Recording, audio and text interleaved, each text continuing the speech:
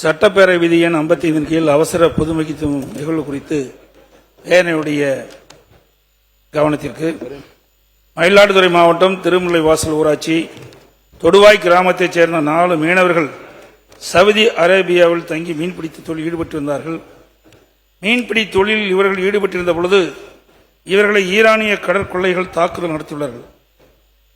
இந்த தாக்குதலில் மாவீரன் 32 மீனவர் சம்பவ இடத்திலே இறந்துவிட்டார்.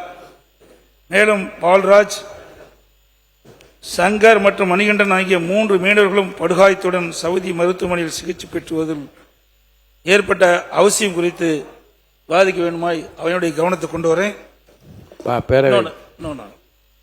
4 பேரவைத் தலைவர்களை சென்னை காசிமேடு மீன்பிடி துறைமுகத்தில் இருந்து மீன்பிடிக்க சென்ற தமிழக மீனவர்கள் ஆந்திர கடற்பகுதி பகுதியில் மீன்பிடி தொழில் செய்யக்கூடாது என்று கூறி 17/6/2026 அன்று ஆந்திர அரசு அதிகாரிகள் காசிமேட்டைச் சேர்ந்த 8 விசைப்படகுகளை பறிமுதல் செய்தோடு அந்த படகில் சென்ற 80 பேரையும் கைது செய்யப்பட்டு இன்று சிறையில் வாடிக்கொண்டிருக்கின்றார்கள். அது குறித்து அரசனுடைய கவனத்தில் கொண்டு வருகிறேன்.